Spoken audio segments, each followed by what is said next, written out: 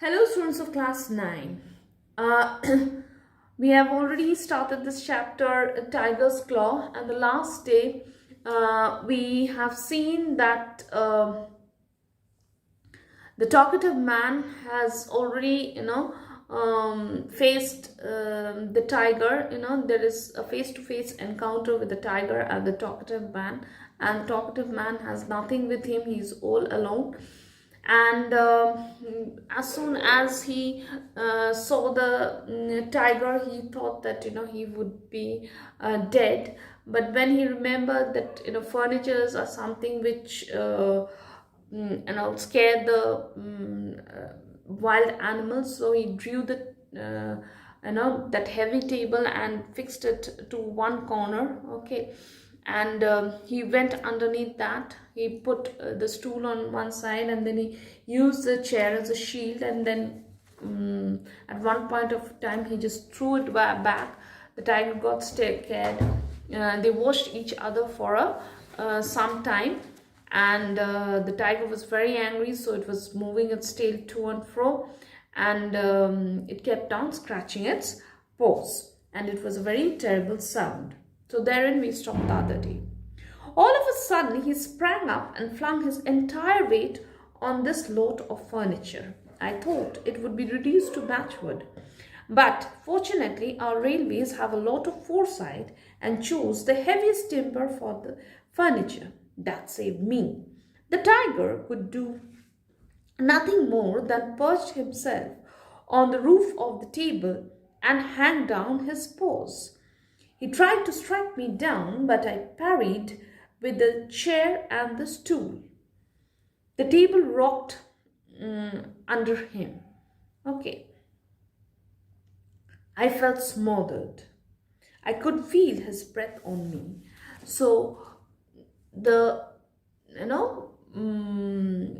he had already used the chair as a shield, and he had thrown it at the tiger, but no after that the tiger was just watching him. But all of a sudden the tigers sprung up and tried to take the talkative man out of his hiding. But what, and the man thought that this table would just break. But to his utter amazement of the talkative man, he found that it was a very heavy table, and nothing and he praised the railway people for making it with such a strong timber, so that when the tiger pounced on it, jumped on it, it did not break. And what the tiger could do is that the tiger came and sat on top of the table, and its paws were hanging down. Okay. And he tried to strike, he kept on, his paws were hanging down, and it wanted to strike the talkative man with this paws. But I parried with the chair and the tool. Parried means he blocked it with the chair and the tool. So the stool was there on one side, and he also had the chair. So he had, by this time he had got hold of the chair once again, and he blocked it. Okay. The table rocked under him. Naturally, if a tiger is sitting on the table, it will rock. And I felt smothered. Smothered means suffocated. He sat completely covering the top and went on shooting his paws in the direction. So his paws were hanging and went on shooting his paws. That is, he kept on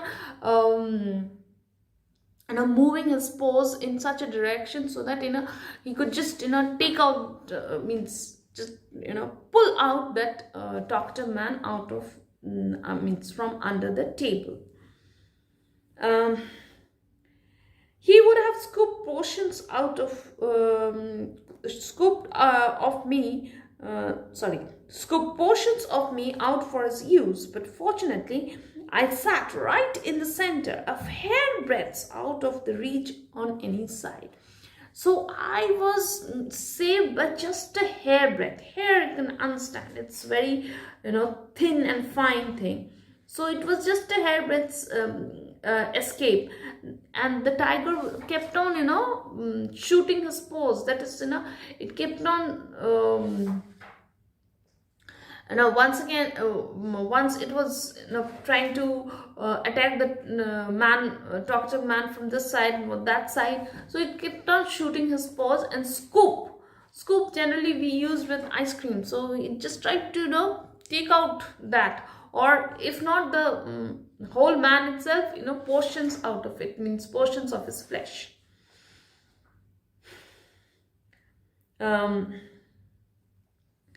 He made vicious again, horrible sounds, and wriggled over my head. So it rolled over on the table. He could have knocked the chair to one side and dragged me out. So, when he had blocked it with the chair, he could have just knocked the chair on one side.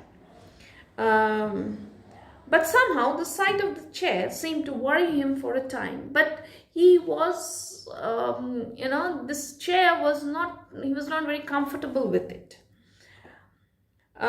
This battle went on for a while. He preferred to be out of reach, so he did not want to disturb the chair. The battle went on for a while. I cannot say how long. Time had come to a dead stop in my world. Naturally, if you are fighting with a tiger, you won't have any knowledge of the time. I rattled the chair a couple of times. Rattled, okay, that is, he shook the chair a couple of times. Rattle is generally you use with babies, you use rattle, okay. So rattle the chair means shake the chair. Rattled the chair a couple of times, but very soon it lost its terror for him. He patted the chair and found it inoffensive. So, the talkative man tried to, shake the chair and scare the tiger, but very soon the tiger realized that this chair could do him no harm. Inoffensive means do him no harm. At this discovery, he tried to hurl it aside. Hurl it aside means throw it aside. But I was too quick for him. I swiftly drew it. Okay, so as soon as the tiger tried to throw it, he immediately caught it and he wedged it. I swiftly drew it towards me and wedged it tight to the arch of the table, and the stool protected me on the other side. Wedged it, arch of the table, and wedged it. Okay, again fixing it. So maybe there was an arch of the table and the chair also had an arch. So once you brought the chair, it got completely fixed. So now, the talkative man is sitting right here, and he has, the wall on two of his sides, and here he has the stool, and here he has the chair. I was more or less in a stockade made of the legs of furniture. Stockade is kind of a barrier, okay, that is made with wooden portions. He sat up on his haunches. Haunches means, in front of me. So, when you bend your legs and you sit in that way, that is called haunches. Okay. Haunches in front of me, wondering how best to get at me. Now, the chair, the table, and the stool had formed a solid block with me at their heart, and they could withstand all his tricks. So, what the talkative man trying to say is that now he's quite safe. Okay, he has protected himself from all sides. He scrutinized my arrangements. Scrutinized is to very clearly, or rather very closely observe, the whole thing. With great interest, espied a gap. Espied a gap. Espied means saw a gap. Espied a gap and thrust his paw in. So, as soon as he saw a gap, he just, put the, put in his paw inside. It dangled in my eyes with the curved claws opening out towards me. So the talkative man is seeing, the tiger's paw coming in to, grab him out of that hiding. I felt very angry at the sight of it. So it made him very angry. I felt very indignant. The long knife from the station master's table was lying nearby. I picked it up and drove it in. So, by this time, he got very angry, and he thought that why should I allow the offensive to be developed all in his own way. So he said that, why should I always be afraid of the tiger? So he got very angry, and what the talkative man did was, remember, many things fell off the table, and one was a long knife. So he took the knife, and as soon as he saw the claw coming towards him, he just he just drove it in. So he just put the knife inside his claws. He withdrew his paws, maddened by pain. Naturally, it would be very painful. He jumped up and nearly brought down the room, and then tried to crack to bits the entire stockade. So he was mad, and he tried to, break the whole thing. He did not succeed. He once again thrust his paw in. Once again, he tried to, put his paw in. I employed the knife to a good purpose and cut off a digit with a claw on it. That is, digit means each claw is a digit. So he just cut off, one claw at a time. It was a fight to the finish between him and me. He returned again and again to this charge. So he, kept on thrusting his paw, and each time he cut off a digit. And I cut out, let me confess, 3 claws before I had done with him. So I had by this time cut out 3 claws. Those claws, mounted on gold, are hanging around the necks of my 3 daughters. So I've taken those claws which I had cut out, and now, they are hanging as a locket from my daughter's neck. I have 3 daughters, so the 3 digits I've given each one. So they are hanging as a locket from my daughter's necklace. Necks.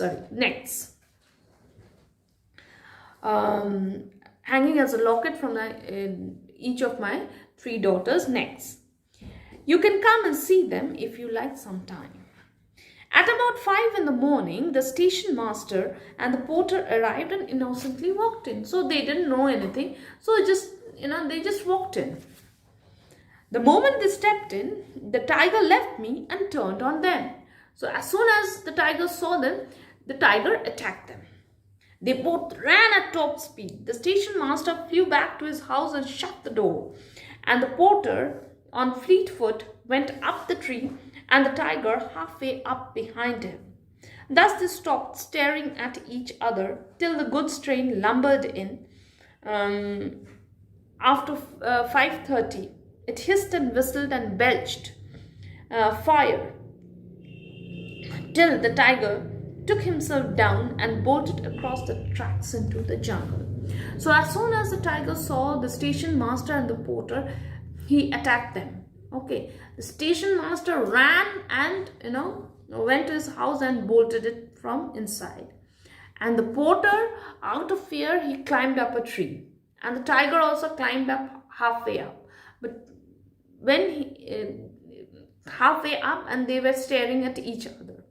But just at that moment, a train came. Okay, the 5:30 train which the talkative man was supposed to catch to go home.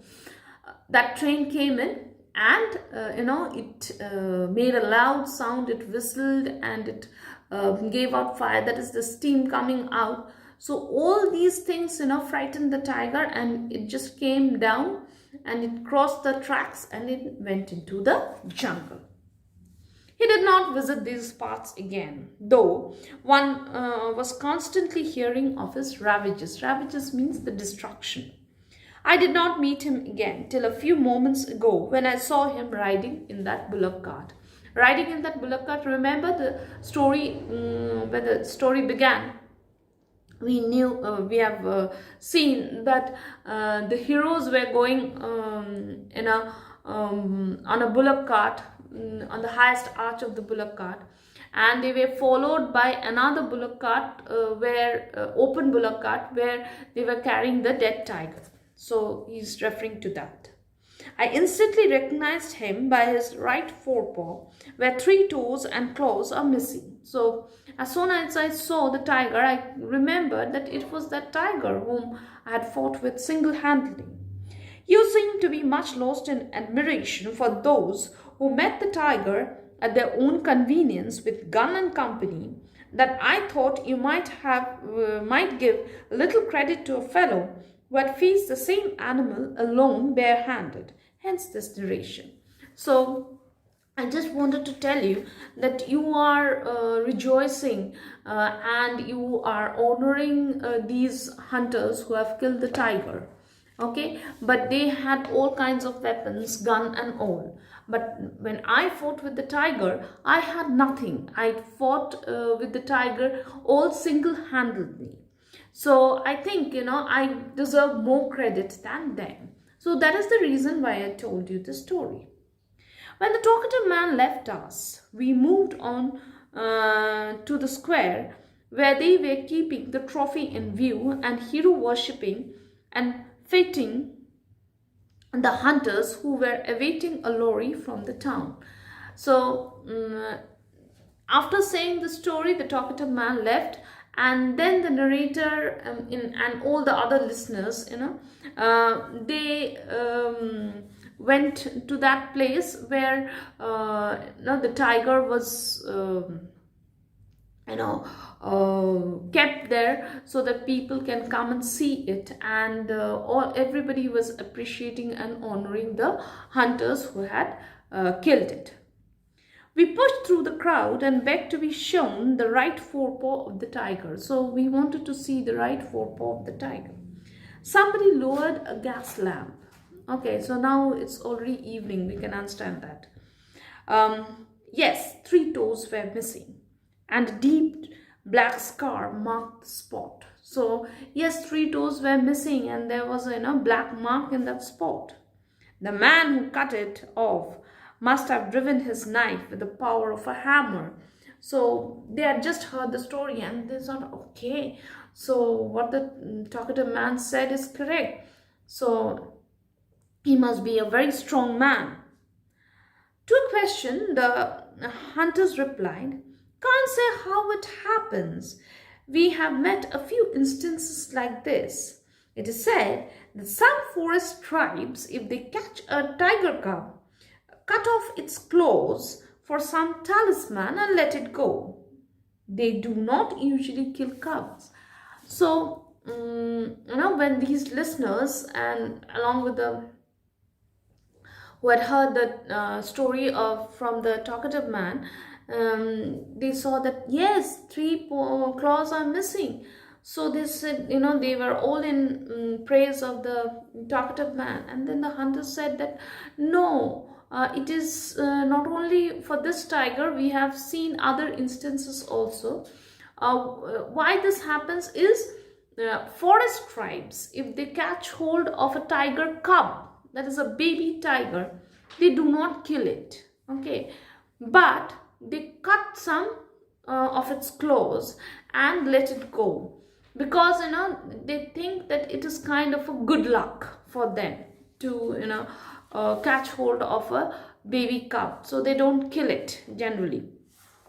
So if they catch, they cut off its claws and for some talisman, that is it is kind of a talisman, means good luck, okay, and they let it go. They do not usually kill cubs. So what we realize is that it was a very big story that was made by the talkative man. Could be that he instantly made it, or could be that he had already prepared it before and he made it. When the actual fact was not that he cut off the digits, but it was ritual, kind of ritual that was followed by the forest tribes. So with this we come to the end of this chapter. Hope you have understood it. I have given you the question and answers in the PDFs. Please write them in your copy. Okay, thank you, students.